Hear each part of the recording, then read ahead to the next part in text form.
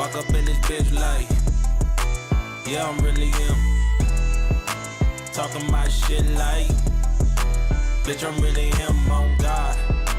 Walking this bitch like, yeah, I'm really him. Talking my shit like, bitch, I'm really him, on God. Ladies and gentlemen, welcome back to The Rush. It is your boy, Maxx Crosby, in the building. I got my brothers with me, Brogan Roback, Darian Terrell, and today we have a very, very special guest. We have Michigan's finest.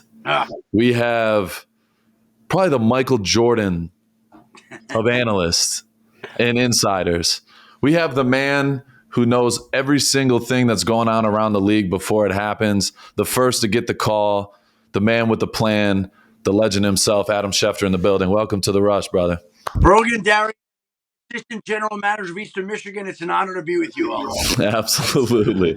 Absolutely, brother. We appreciate you coming on, taking your time. I know it's a busy time with the NFL draft coming up in 10 days.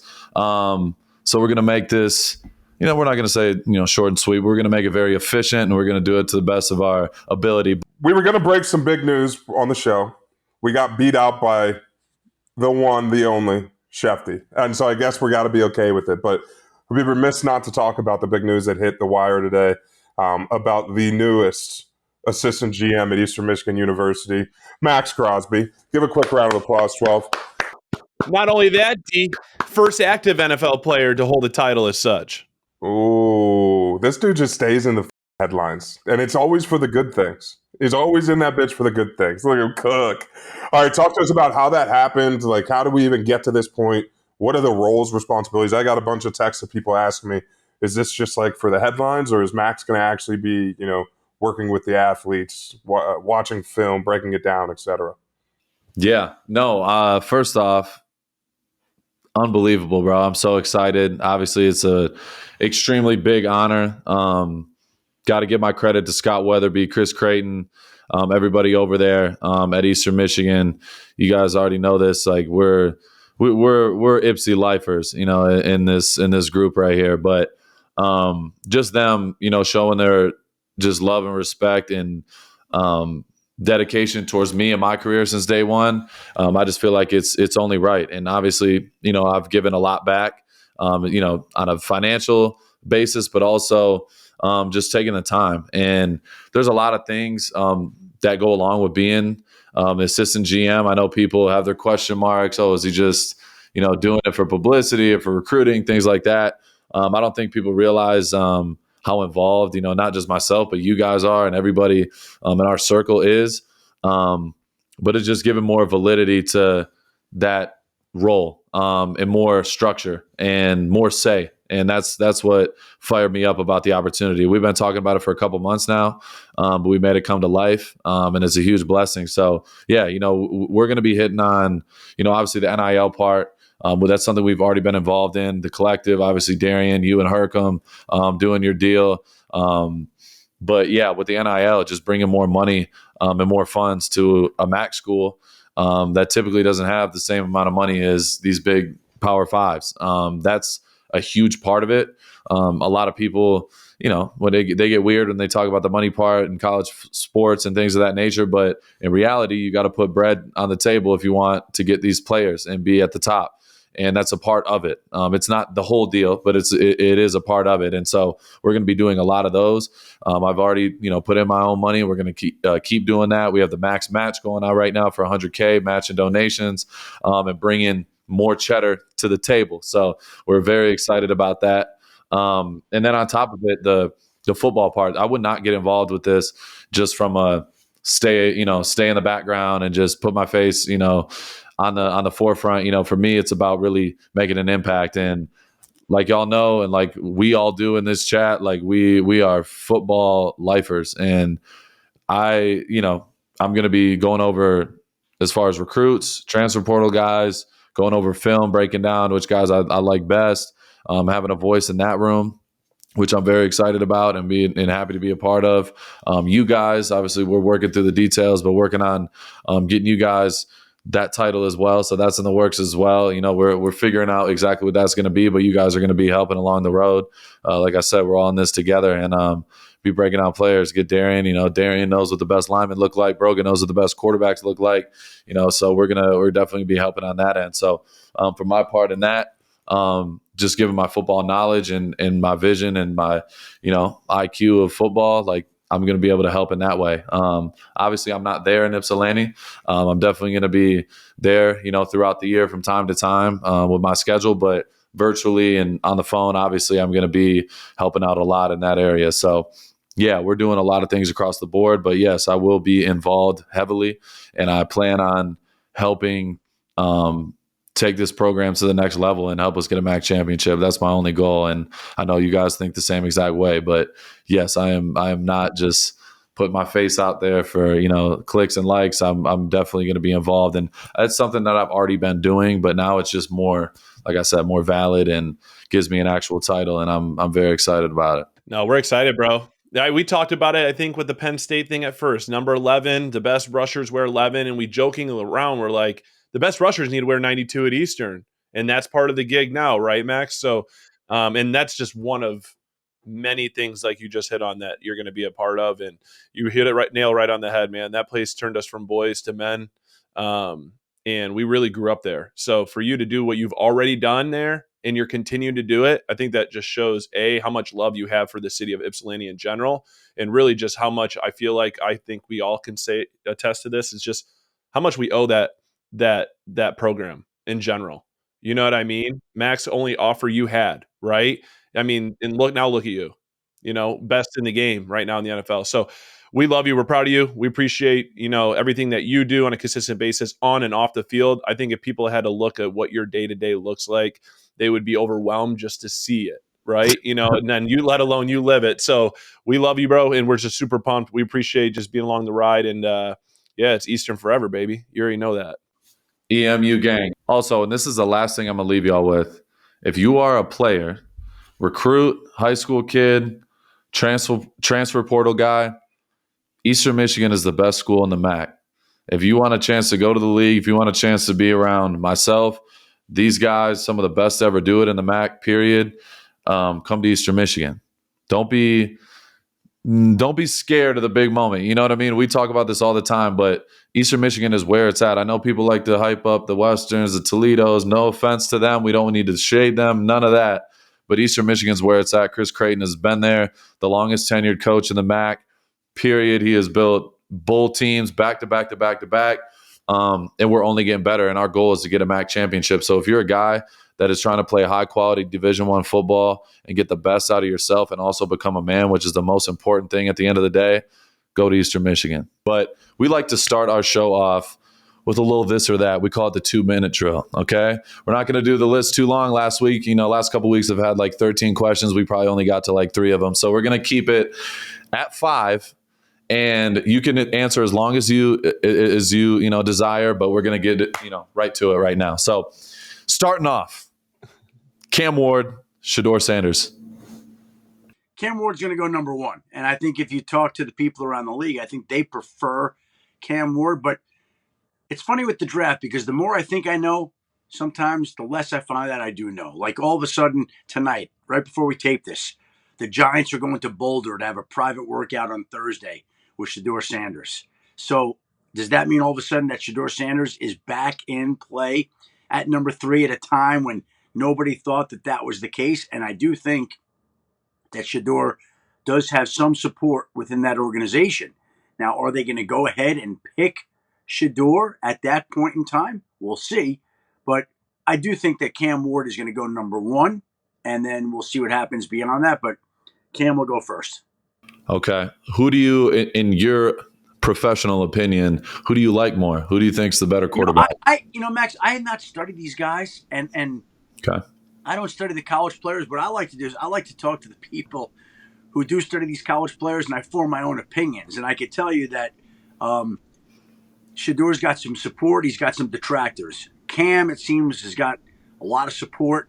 But the fact of the matter is when the draft rolls around next week, all it takes is one team. If we go back to last year, there were a lot of people that didn't like Bo Nix, but Sean Payton loved him. and he wound up going number 12. So all it takes is one team to believe in that one guy, and if he does, and they're right, then it works. And if they're wrong, then they get fired. Amen.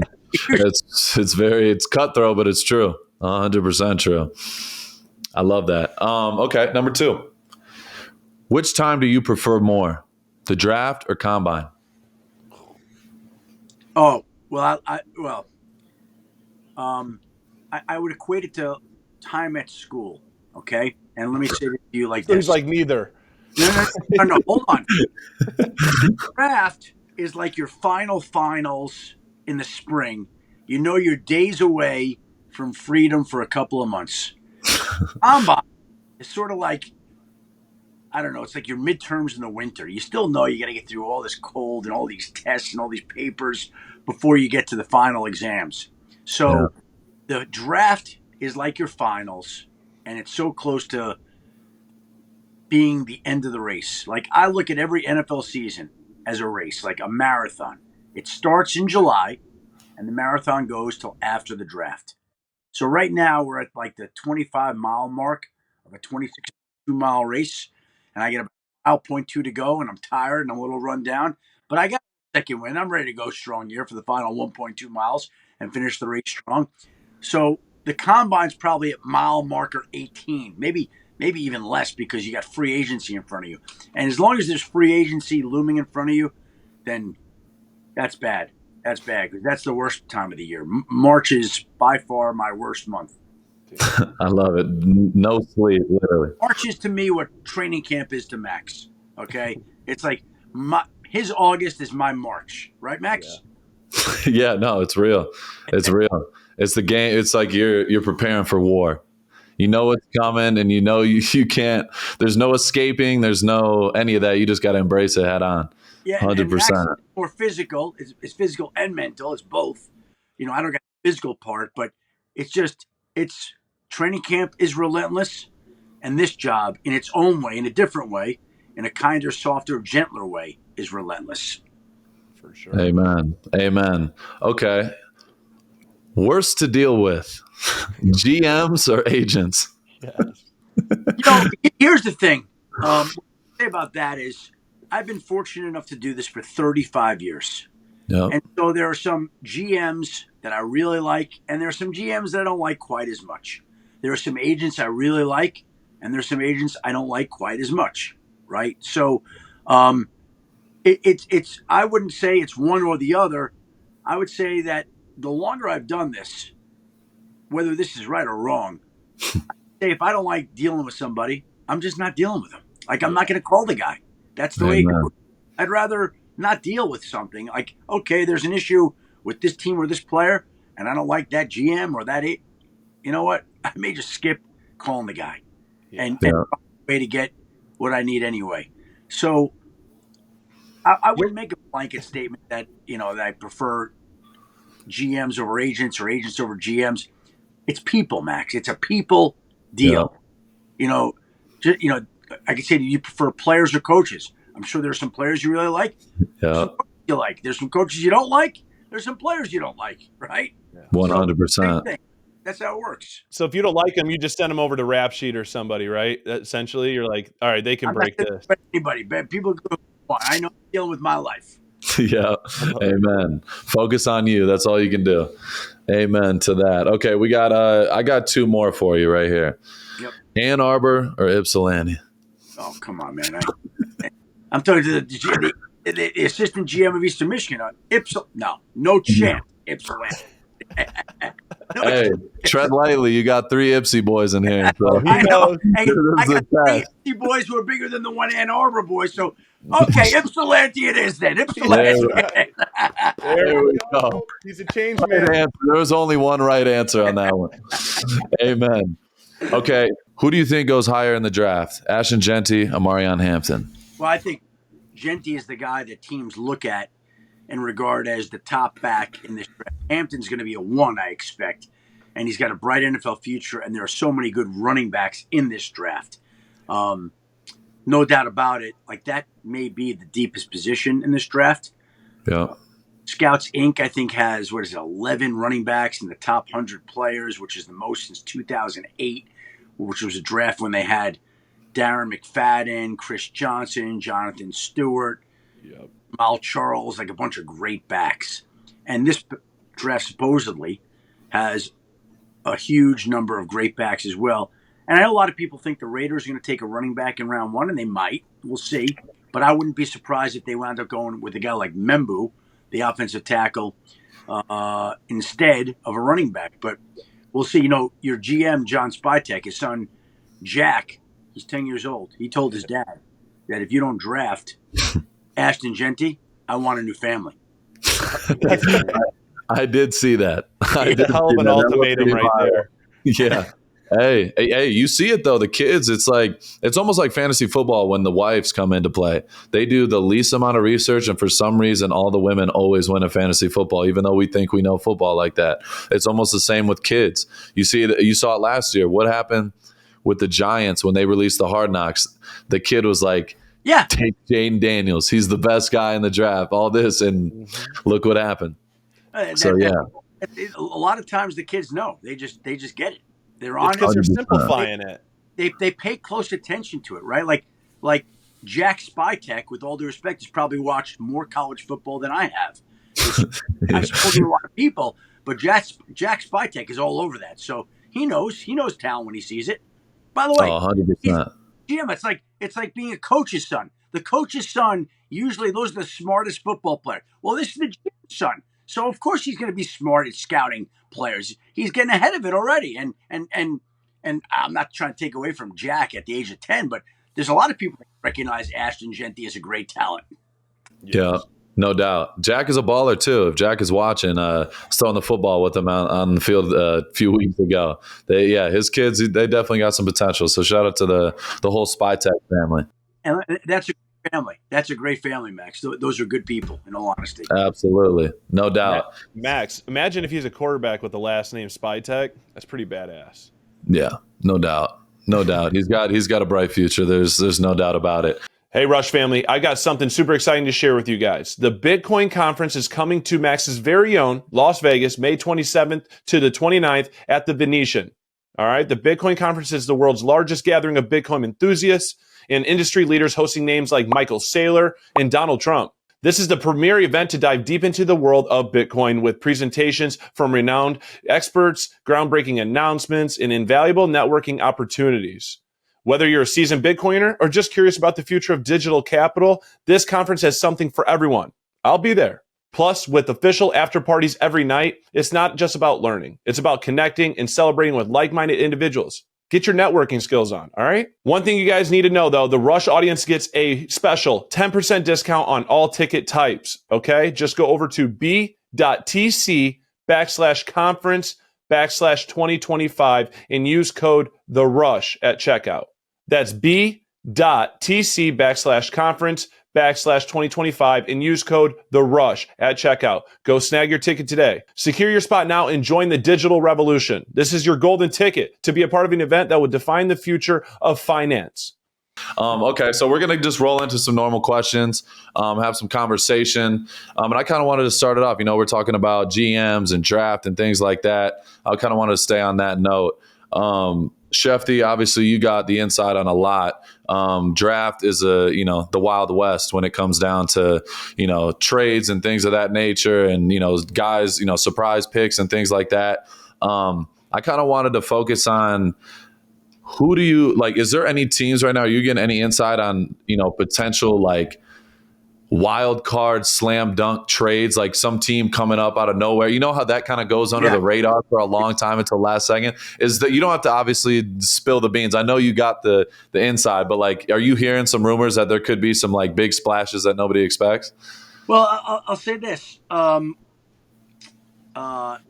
You've got guys in this draft where we have not had a trade of a first round pick yet. So we are 10 days away from the draft.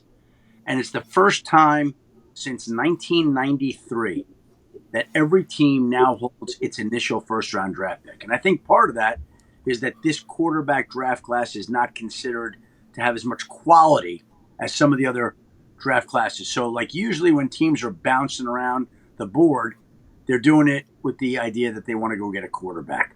And there aren't in this class right now, at least quarterbacks that teams feel they need to trade up to get at this time. Now we still may see somebody on draft night jump up the board to go get Shedeur Sanders or Jackson Dart or Tyler Shuck or wherever it may be. But the lack of activity this year has really stood out. And I'm sure there's going to be activity on draft night. There always is. But it's a little bit more muted than other years. It's a lot more muted than other years. And I would imagine on draft night, there'll be fewer trades. I think last year there might have been more trades than, or as many trades as any other year. Because I think we've got this new breed of front office executives and GMs that they've seen that the best teams aren't scared of trading. The Chiefs have made tons of trades. The Eagles have made tons of trades. The Ravens have made tons of trades. The best teams, they're not scared of making deals. And so everybody's looking to make deals now. The problem is there's got to be somebody that you want to go up to get. And in this draft, more teams want to go back than want to go up so far going into the draft. And we'll see if that changes on draft night. Got you. Brogan, what you got for him? Yeah, I'm going to stay on the draft train here, Schefty. So obviously a quarterback people are talking about a lot is Jalen Milroe. He runs a 4.37 at pro day. I don't know, maybe you know this. Is that the fastest 40 time from a quarterback we've seen in quite some time recorded? Vick did. I wonder if Michael Vick did faster than that. Milroe, I mean, it's one of the fastest quarterback times we've seen. For sure. And obviously Lamar didn't run, so it'd be interesting to see if he did. But anyways, he gets an invite to the first round of the NFL draft here, and I'm kind of curious, what are you hearing about Jalen? And you talked about people maybe trading up to get some of these guys. Do you see a team possibly trading up late first for a guy like that? I don't know if anybody's going to trade up for any of these quarterbacks. I still think when all is said and done, we might only get 2 quarterbacks in the first round. I think the over-under is like 3 or 4. I think it's going to be less than more. Doesn't mean I'm right. Doesn't mean I'm right. But I think it's going to be fewer rather than more in this draft for quarterbacks. So, it's possible we're going to get somebody to trade up for one of these guys. But I think what's going to happen, what's more likely to happen, my guess would be, is that we see a run on some of these guys on day 2. At the top of round 2, in the middle of round 2, round 2, early 3, whatever it may be. I think that's like the first night. I think we get 2 quarterbacks. I think we get Cam Ward going 1, and Shedeur, wherever he's going to go, as high as number 3, maybe 9, maybe 21. We'll see. That's going to be, I think, a story that really plays out over the first round. And then you got this group of other quarterbacks. Now, again, doesn't mean I'm right. Maybe Jackson Dart will creep up, or Tyler Shuck will creep up, or Jalen Milroe will creep up and go higher than expected. Nobody thought Michael Penix would go 8 last year, or Bo Nix would go 12 last year, and they right. So we'll see how that goes. Yeah, and there's obviously a lot of buzz, right, with the Tyler Shuck kid in the Jets recently. I mean, I'm sure you probably heard that, but they just obviously have locked it down with Fields. But it'd be interesting to see kind of who is that third guy to creep into the mix. But I do want to ask you, who is the biggest sleeper projected in the first round in your guess? I'm a big Travion Henderson fan. Weirdly enough, I think he is really good, especially pass game coming out of the backfield. That's obviously huge in the NFL. So I feel like he could possibly be one, but I think there are 6 running backs here that you could make the argument would be worthy of taking in the first round. I don't know that ultimately they all will go in round 1. If I was going to make a draft prediction to you, my bold draft prediction to you today, semi-bold, and again, it's funny because I think as the draft gets closer, all of a sudden we could have this podcast conversation tomorrow or the next day, and I'd have a different prediction for you every day. But a couple of them, I'm going to predict that after Travis Hunter, who I guess we look at as a DB, wide receiver, we don't know. I'm not going to call him wide receiver. But I'm going to predict that Matthew Golden is the first wide receiver picked, ahead of Ted McMillan, ahead of Luther Burden, ahead of Emeka Ibuka, some of these guys. And a lot of people, would not have called for Matthew Golden to be the first wide receiver picked in this draft. But I won't be surprised if it happens that way. Wow. I like that. No, he's a baller. I actually saw a mock draft, Max. Somebody had him going to your team at 6, so it'd be interesting to see. Matthew Golden 6? That's what crazy. I saw in a mock this morning, but I don't, then again, I didn't see the name attached to it. I haven't seen that high, but like, and I've been on Matthew Golden here for like him going pretty high for a little while now. So we'll see. We'll see. You mentioned Membo potentially being a Raider if they don't take a running back. What are your thoughts in comparison to him and Will Campbell? Or is that the assumption that Will Campbell's not there? Well, I think Will Campbell, again, we're going to see how this goes because Shedeur to the Giants at 3 would change everything. And I was of the mind that they weren't going to do it, but this workout in Boulder on Thursday now has me thinking, like, are they going to do it? I mean, why are they working him out right before, privately? Like, I don't think that's a smokescreen. The question is, are they going to go ahead and do it? I think I'd be, well, I thought they weren't, but again, that's what I'm saying. Sometimes I thought I had to figure it out. I thought, okay, we're going to get Cam Ward 1, Travis Hunter 2, Abdul Carter 3, and then the Patriots in that case, I think, would be Will Campbell, the Tennessee tackle. The Jacksonville Jaguars will be up next. I could see, it depends. Is the GM going to get his way? It would be a defensive lineman. Is the head coach going to get his way? It would be a target for Trevor Lawrence. Don't know how that goes. This is what's so great about the draft is it's the moment of truth. Like, we could guess and speculate all we want, but the team's got to put their cards on the table that night, and you get to see the Falcons love Michael Penix. The Broncos love Bo Nix. The Jaguars are going to go with that position. The Raiders, Jack Spytek's going to want to be adopted, or he's not going to want to be adopted. Yeah. Kinds of things we get to find out that night. And so it's great. I don't think anybody has got all the answers, including the teams themselves. You're just gathering as much information as you can to try to present the most informed opinions you can. But it is hard to predict because one move can skew everything. If all of a sudden the Giants win Shedeur, it changes the whole draft. Yes. Yeah, 100%. 100%. Yeah, you never know. You do think that that the Browns end up taking number 2? Hunter. Yeah, that again, 10 days out, that's my guess. And I reserve the right to change my mind because, in fairness, of course. I started the process thinking the Browns are going quarterback, but I started thinking like, well, Cam Ward might not be going number 1, and I thought that they would want Cam Ward, and I still think that they would want Cam Ward. But then it became obvious Cam Ward's going 1, so okay, they're off the quarterback. And then I thought it was Abdul Carter because the owners are meeting with him. They're going to State College to meet with him. They're putting a lot of time. They want to put him opposite Myles Garrett. Makes sense. And then you see, okay, well, the owners are putting a lot of time in Travis Hunter. They go to his private workout. They meet with him. He looks unbelievable. Travis Hunter's incredible. And now you wind up on Travis Hunter. So I have bounced around on the Browns, but with good, fair reason. Again, you're taking the best information you got and trying to come up with some informed speculation. So today, I would guess that they go Travis Hunter, and I reserve the right to change my mind tomorrow if I want. I love that. I respect it. And what do you? What's your thoughts? I know it's a little off topic, but we're talking about sleepers a little bit.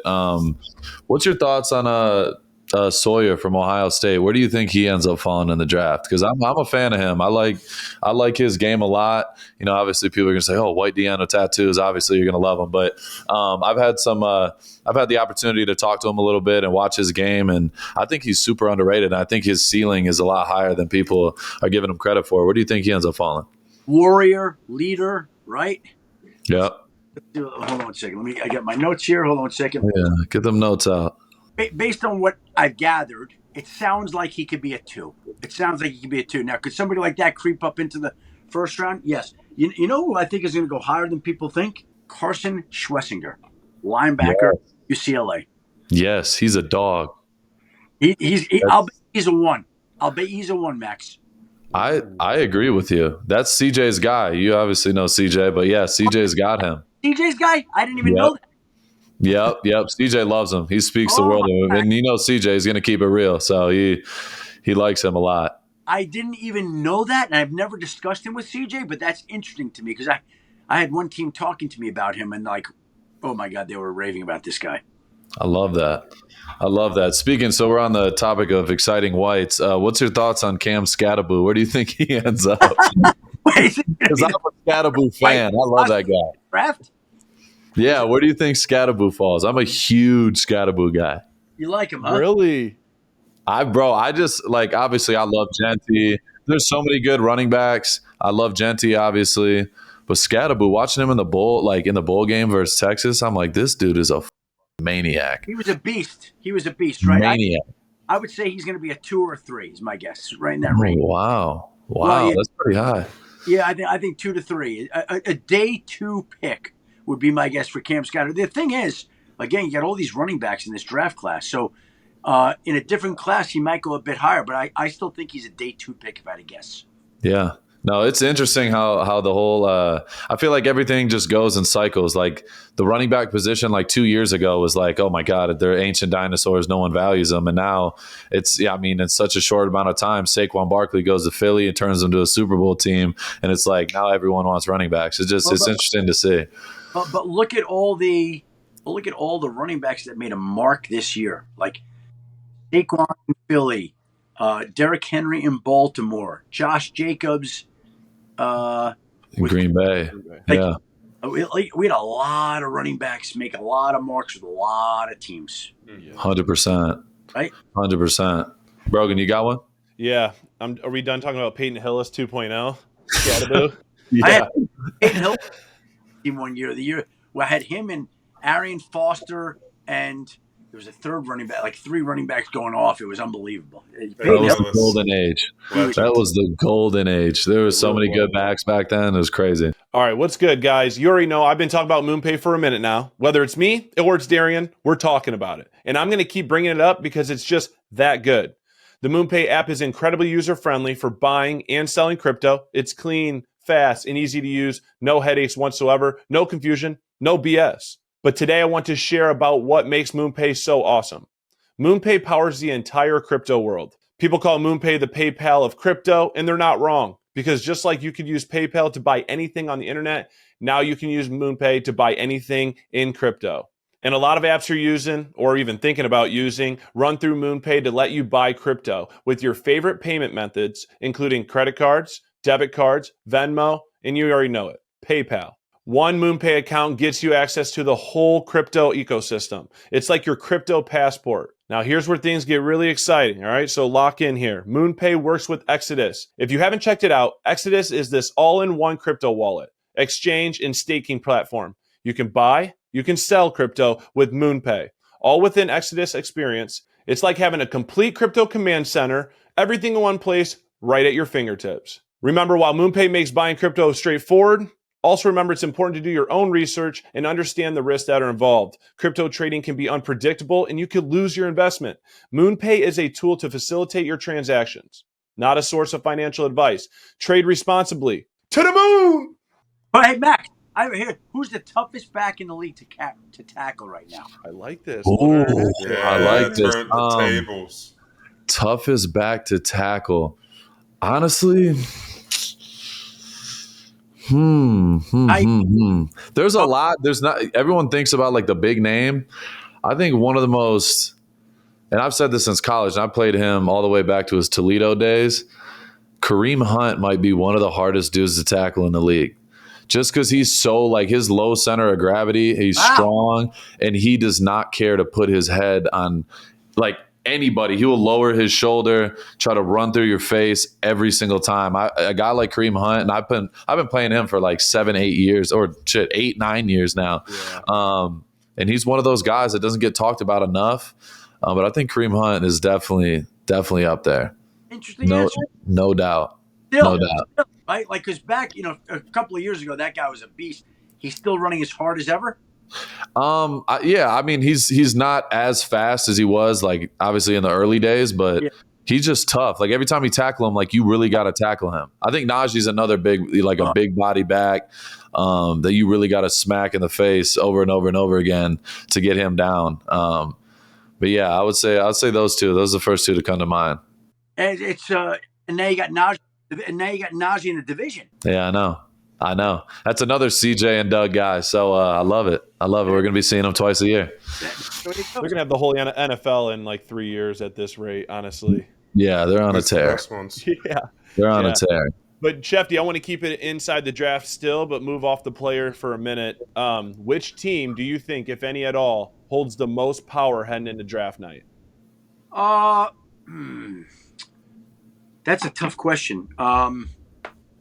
Again, we haven't seen any trades, I know.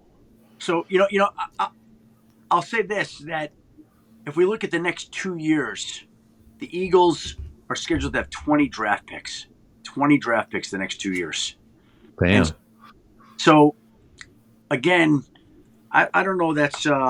I don't know if they have the most power, but I expect I'd be surprised if we went out of the draft and we didn't see an Eagles trade or two, like moving up at some point or for a veteran at some point, because they have more picks than people who can actually make their roster.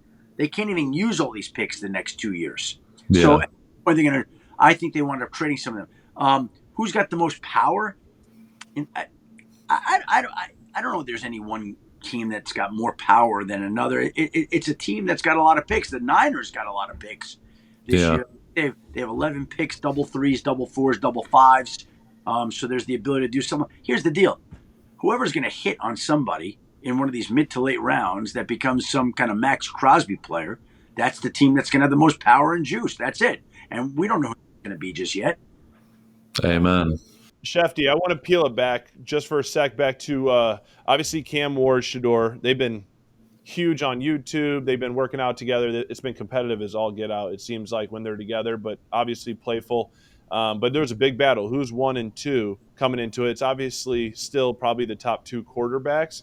But do you kind of see this in a case where if Shedeur does drop, which is kind of the tone in the last few days, this could actually be a positive for Shedeur in the long term of his career, kind of like a Lamar Jackson falling to the last pick, going to a great organization, not have to start off and really change the whole landscape of everything. It's not where you go in the draft; it's the organization you go to that really matters. Like, I mean, was Lamar Jackson better off going 32, or was Tim Couch better off going number 1? Right. So. And we could go through with all kinds of examples. Like Sam Darnold went that year 3 to the New York Jets. Better off going 3 to the Jets, or was Lamar better off going 32 to the Ravens? So Sam got a bigger contract initially, and Lamar killed it in Baltimore, didn't have the type of scrutiny that Sam did in New York, didn't have the type of instability that Sam did in New York, and Lamar was able to thrive in a stable organization where they don't have – it's not the New York media market. So it worked out great for Lamar. And he was able to cash in on other contracts. So to me, and I would say that to Shedeur Sanders after I expect Cam Ward to go number 1. Okay, so you went number 9 to New Orleans, or you went 21 to Pittsburgh, or you went wherever the hell you went. Doesn't matter. It's going to be what you have the chance to do once you get there with the organization you're with, right? Like, 100%. Yeah, like Carson Palmer initially wasn't enthralled with the idea one day of being picked in Cincinnati, and I think the Bengals have gotten better as an organization. And I don't know that Joe Burrow initially, even though he was from Ohio, was thrilled about the idea. He might have, if he was being honest, preferred to have gone to Miami at that time. But they've added some good coach. It really matters the coaches you're with, the ownership you're with, the place you are, stable, unstable. Like, there are a lot of other things that matter more than how high you are or aren't picked in a draft. 100%. 100%. No, I totally agree. Obviously, Jackson Dart has gotten a lot of publicity and a lot of love in his draft process. Obviously, Shutt has come kind of out of the woodworks after his combine performance, and he's getting a lot of love. I haven't heard a lot about Quinn Ewers, and that's a guy who's highly decorated, highly recruited. I mean, he's been at the top of the top basically since high school, and he's a South Lake Carroll guy. We played against him in high school. But what are your thoughts on a guy like Quinn Ewers? Where do you feel like he ends up, and why do you think he's been slept on during this entire process? It's weird because when I've watched the guy and I've listened to Steve Sarkisian talk about the guy, like, I've come away impressed. And I don't know what teams aren't seeing in him. Clearly there's something, because he hasn't risen to those levels. I still think He'll probably wind up going. I think he's got a chance to go the second day of the draft, maybe round 3. I think he's got a chance to do that. Again, all it takes one. And by the way, if he doesn't go then and he slides into round 4, you know what? I remember when Dak Prescott slid into 4, and that worked out. I remember when Kirk Cousins slipped in. It worked out okay. So again, it's going to come down to where you go and the opportunity you have and what you make of that. So he's going to have his chance, and I think he does have talent. I watched him destroy my alma mater this year. He went into Ann Arbor. He liked Ann Arbor better than he liked Ypsilanti, I can tell you that. He liked being there. And so the guy can play, and let's see what he can do at the next level here. Yeah, I agree. He's always he's a sleeper for me. We had our little predictions before the season. I was big on Texas, and I think he's another guy. Like obviously, there's holes in everybody's games, but I think he's played at the highest level since day one, and I feel like he's a sleeper, no doubt about it. Here's my question: have you ever felt strongly enough about a player? Would you ever walk into the offices and say, "Hey guys, I love this guy. Like, could you give this guy a look?" Would you ever do that? Have you ever done that? Absolutely. Okay. Absolutely. It's happened a few times. I'll say a few years ago, there's a specific player that I'm not going to name that I was hell bent on getting. And let's just say I was right. and I'm still mad. Still mad about it. But that's just kind of how it goes. I feel like when it comes down to it, like I'm all in on winning. You know what I mean? I'm all in on the Raiders. I want to find out who would be the best fit. So I do my research and I truly watch the film. I want to give them whatever information you think can be of any sort of help. 100%. And that goes both ways. I'll sit there and question the offensive coordinators and ask them about these certain quarterbacks and things like that. And there's definitely guys, but like especially with D-line coaches, like I know D-line play and I've been playing D-line my whole life. So it's that specific. Like there's certain guys every year where I'm like, we gotta get this dude. You know what? If I were a GM, which I'm not, I would give each of my players a homework assignment. I would say, give me at your position the guy that you like. Give me a couple of guys that you love in this draft that you feel like have a real chance. I'd want to hear what they'd have to say. Yeah. No, I totally agree. And every GM is different. I've had a few. Some of them are very like, this is our plan. Like sat in the room with me. This is our plan. This is what we're going to do here. This is what we want to do here. Blah, blah, blah, blah, blah. Some are a little bit more, a little bit more guarded. They don't want to, have anything leak or anything like that. But it's interesting. I feel like as a player, it's one thing, when you want, we should get this quarterback, things like that. But when it comes down to like your true position, like there's nobody that knows that better than the guys who play it at the highest level. Like you can go ask Pat Mahomes and he would tell you, boom, boom, boom, these are the best quarterbacks right now. You know what I mean? But obviously it doesn't go public, but I'm very much like, I try to just help the team and be an asset in that way, especially with our D-line coach. Like me and Robbie sit and watch film of everybody. And even in free agency, we sit there and watch every single player and kind of just, feed off each other. It's cool. Yeah. I just think that there's something that players could contribute. And again, these guys have done it their whole life, and they have an eye for it. But I want to hear, okay, Max, who are the defensive linemen in this trade? Give me a couple of guys that you feel strongly about. By the way, the player that you didn't get, was it a defensive player or was it another position? We're not going to get but who. Yeah. They were there's two of them that stick out, and they're both defensive players. Defensive line. And I was sick. I was like, defensive line. Yeah. I'll leave it at that. I love it. This is why we know you're so good. And by the end of the podcast, we already know. It takes balls to sack a quarterback. It takes Sax underwear to support your balls. I've teamed up with Sax as their newest ambassador to bring you game-changing underwear. Sax underwear is versatile and comfortable. I wear it to train, hang out, and even sleep. They've got a pair for everything, and it allows me to be limitless every day.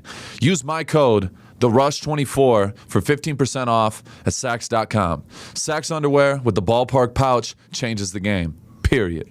With the news that came out, the potential Derek Carr being out for the season, What do you think about the Saints' position? Do you believe in Rattler? Do they believe in Rattler? What do you think they're going to do here in the draft? Well, I think they've got a quarterback question right now, and I think they're going to have to answer that, whether it's through the draft or adding another player out there or whatever they're going to do. But clearly, there's some questions. There's some uncertainty.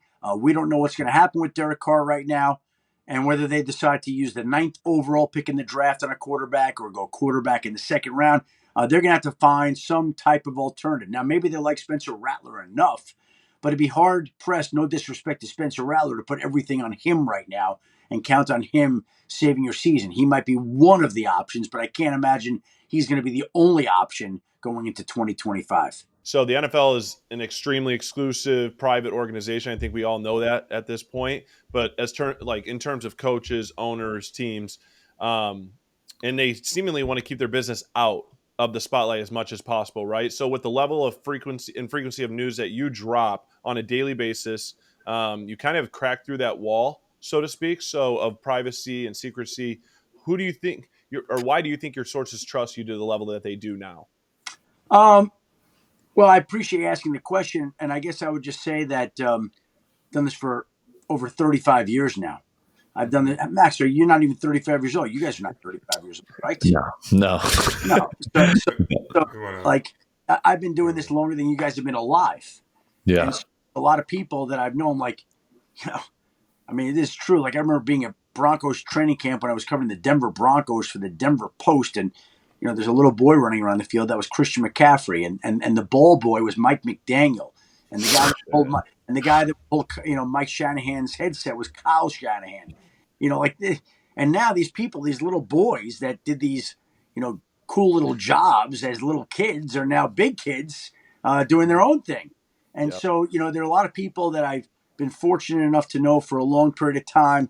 And I also think that, like in anything, people learn whether they can or can't trust you. And I'm sure that there are a lot of people that don't like me. That's fine. But I know that the people that I've dealt with on a regular basis that have known me for a long time, the one thing that I know that they would say to you is that they can trust me. That I know. So that's sort of the way it goes. And you'd like to think that you have enough relationships with enough different people over 35 years that there are enough people that will trust you and do trust you. And I always say that you're only as good as the people who put that trust in you. And so I feel very blessed and fortunate to have some of the relationships that I do. Amen. So like we told you, Shefty, you were a hot commodity when we threw it up there today for the Rush Mail. Everyone has draft questions, insane past questions, but the one that we got a lot for some reason, maybe you can bring some clarity to us, was at Raider Truther. Ask him why he hates the Raiders. Hold on. The biggest fallacy in the world. Like, it's absurd. You know what it comes from? It comes from my days when I was a Denver Post reporter, and I went to work at the NFL Network, and I reported that Al Davis was firing Art Shell, and Al Davis released a statement that said Adam Schefter is a false rumor mongerer, and he wouldn't know whether we're firing Art Shell, and the only person who would tell him, like, I could get you the release. You could call it up on Google, right? Yeah. The person who, wouldn't tell him doesn't trust him, which goes against what we're talking about. But, like, he's like, he works in Denver. So, like, Al Davis, who, by the way, I had many great conversations with, and I remember him taking me up to his room at the owners' meetings and showing me his weight room that he had set up. And we talked about a lot of different things at various points. But in this one particular release, he put out there that, I covered the Broncos and don't trust anybody from Denver, even though I'm from New York and I was only in Denver for a newspaper. So I think there's this idea, in Raiderland that I don't hate the Raiders.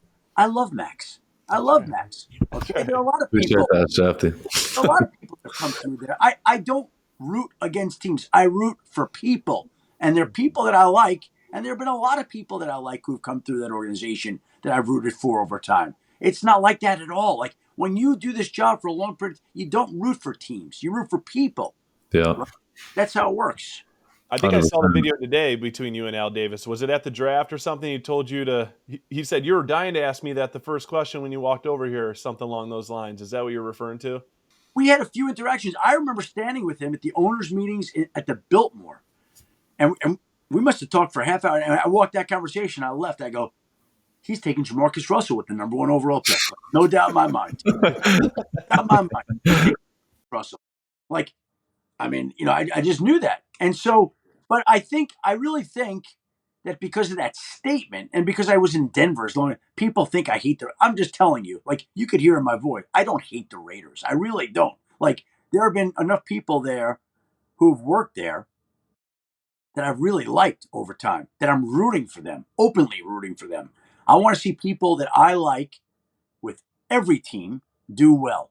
And sometimes there are 2 teams playing where you've got relationships with one team and relationships with another, and you're going to be sad for the people who lose and happy for the people who won. And that's all it is. I'm never rooting for or against. The only team that I openly root for every week, is my fantasy team. Okay? Amen. I root for teams. Amen. I love on the edge that. of my seat. Yeah, I was. Me too. I thought a Cleveland Browns was going to come in or something. I was going to ruin my night. That would have been elite. Yeah. Right. Big Daddy 3921 wants to know, what's the longest you have gone without your phone over the last 10 years? Well, it just happened this past week. I was at the Masters. Nice. Whoa, were you there on Sunday? God. No, but I watched on Sunday. I was there Thursday and Friday, walking the course. And when you go to the course, I did not know this the first time I went. Like, I was invited, and my friends who invited me, they're like, once I got down there, like, we didn't want to tell you that, you have to kind of leave your phone back. I'm like, what? I would not have come. So much. I went back for more. And so you're on the course Thursday and Friday, literally 7 straight hours, no phone. No phone. Liberating. Wow. The only thing I could tell you is I've never smoked, but I would imagine it's like somebody who smokes trying to quit, and you're reaching for your pocket and the pack of cigarettes that's not there because you tried to give it up. That's what it's like Thursday. I'm like, I keep reaching into my pocket. You keep feeling your phone vibrate, but your phone's really not there, sort of Not deal. there. And by the way, like, you get back you get back to your house, where you're staying in Augusta, and you get the phone and you're like, what I miss? Like, did Aaron Rodgers to Pittsburgh? Did Maxx Crosby demand a trade? Did Max tell the Raiders to take Abdul Carter and they passed up to Abdul Carter for Cam Skattebo? What do here? Like, what's going on? I love it. I love it. Al Moses wants to know, is there a story that you miss breaking that still bothers you today? Well, there were a few that I knew about. I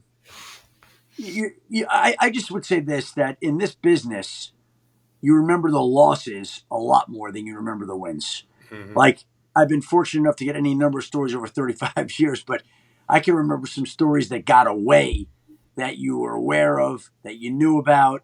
You were waiting for something to happen and it comes down. So those are always more disappointing than the stories that you get are exhilarating, if that makes sense.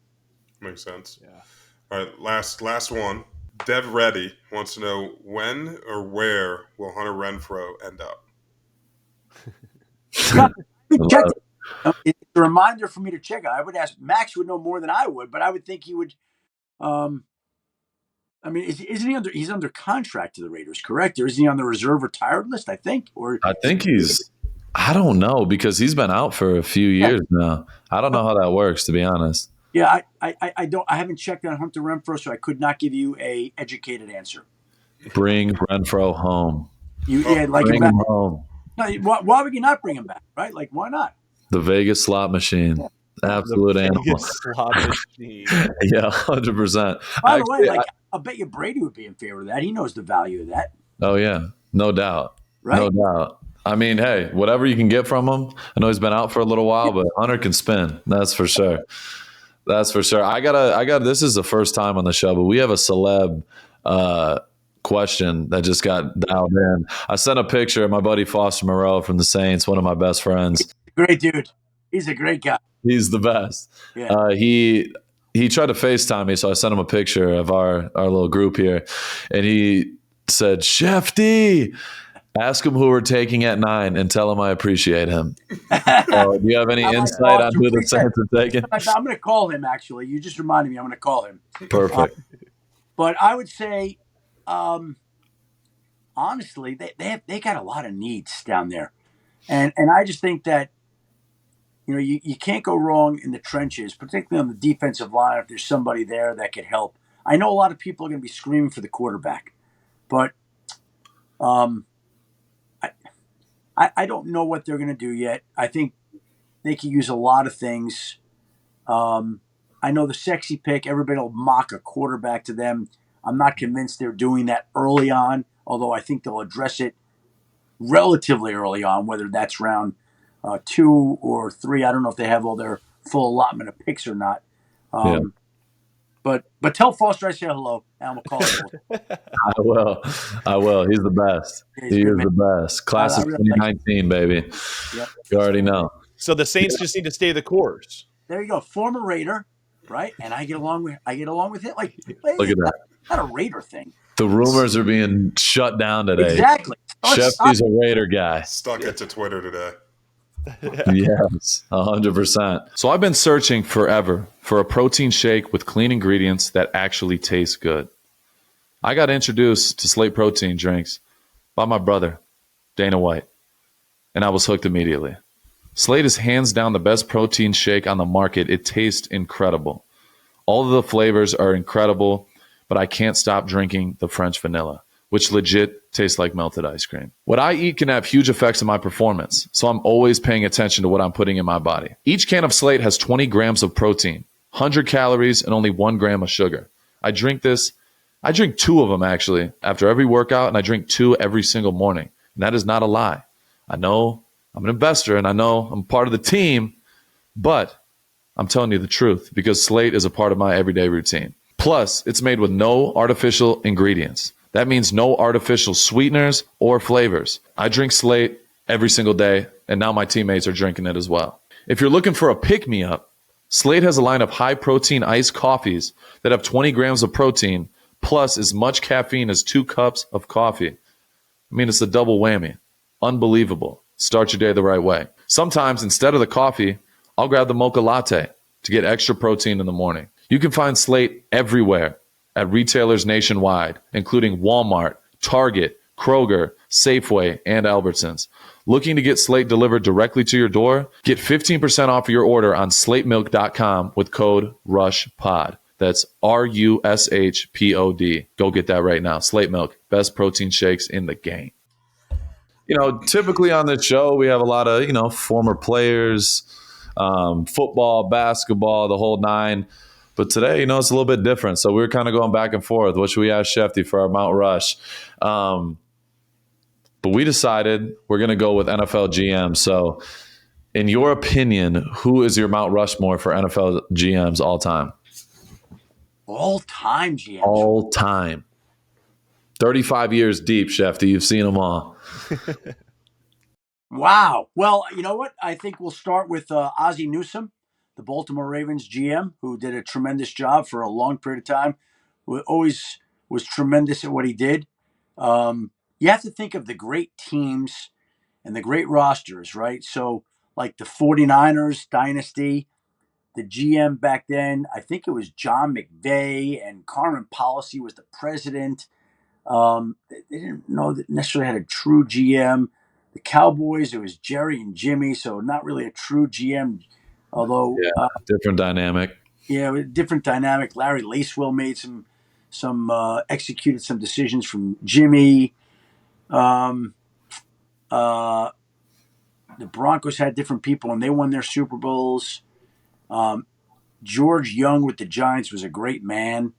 I'm going to forget some old time GMs here that deserve mention in the conversation, and I'm going to hate doing that. Ernie Accorsi was a gentleman with the Giants and a great GM. He drafted Eli Manning and deserved credit for that, and was just a classy guy.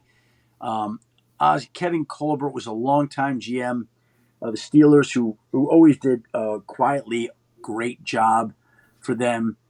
I think we look at today's game. There are a lot of good GMs today, a lot of good GMs. I guess you just look at, like, the Eagles just won the Super Bowl. Howie Roseman. Yeah, Roseman's got to be in there. He's fantastic. And Ozzie Newsome's successor, Eric DeCosta, would be up there. And, you could be a great GM. Adam Peters makes one pick and honestly sets himself up for next the next 15 years in Washington with one great quarterback selection. Yep.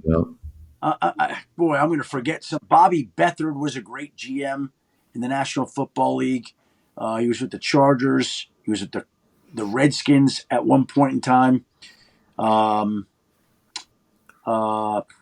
Davis was a GM, and we're talking about a historic all-time figure. Bill Polian is in the Hall of Fame. Yep. GM. Yeah, I was going to throw in Al Davis. I mean, he picked a lot of Hall of Famers. He might have more Hall of Fame picks than anybody. Yeah, so like we're ad-libbing it out loud, right? So if we're going to whittle it down, I think you'd have to go with Hall of Fame GMs, right? So like, where's my book right here? The Hall of Fame GMs.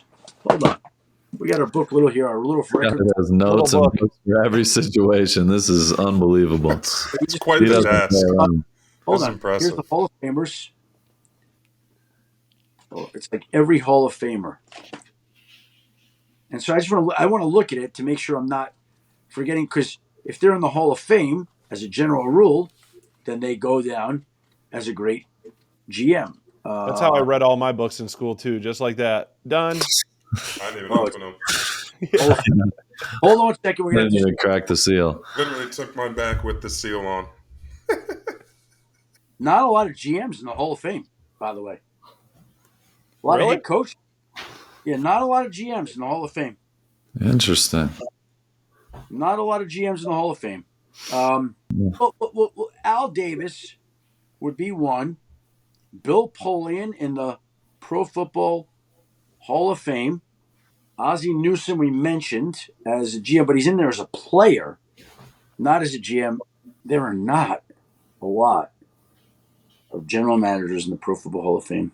Warren Sattler. Yeah, not a lot of hold on. I wonder if they're not a lot of them. Ron Wolf is in the Hall of Fame. Ron Wolf, okay. Also a former Raiders executive, who was a GM with the Green Bay Packers. He would go down as one of the all-time great GMs in NFL history, along with Bill Polian, along with Al Davis, along with Ozzie Newsome. Gil Brandt, George Young, Bobby Beathard. There you go. They're in the Hall. Tex Schramm as well. Tex Schramm, is a great one. Yep, there you go. Yeah, there's some. So, by the way, we got the names. It took us a little bit, but we got the names. Yeah, right? it took us some time. As long as Al Davis is on there, the fans will forgive you, Shefty. So that's all that matters. We named him. Yeah, we named him. He's in there. He was on our list. He earned it. He earned it. The absolute GOAT. Despite his Hall of Fame press release blasting me, he's on the list. Yeah, 100%. Well, hey, that's some heavy hitters right there for sure. Shefty, we appreciate you taking so much time, to spend with us. And you guys, you already know our relationship has been, thorough for a long time, and it's going to continue. So we appreciate you. We'll definitely have you on again. But like I said, we appreciate you taking the time, man. I know you're a busy individual, but we got a lot of love for you here at the Rush, and we'll definitely have you back again soon, man. Thank you. I appreciate you guys having me. It was a great honor to be with you tonight. Back to draft calls, back to draft texts. I got a bunch of. You asked me the longest I've ever been out with my phone, right? Other than Masters, it might be this hour right now. We'll take it. Appreciate you, man. Amen. Appreciate it. Good luck to everybody. Walk up in this bitch like, yeah, I'm really him.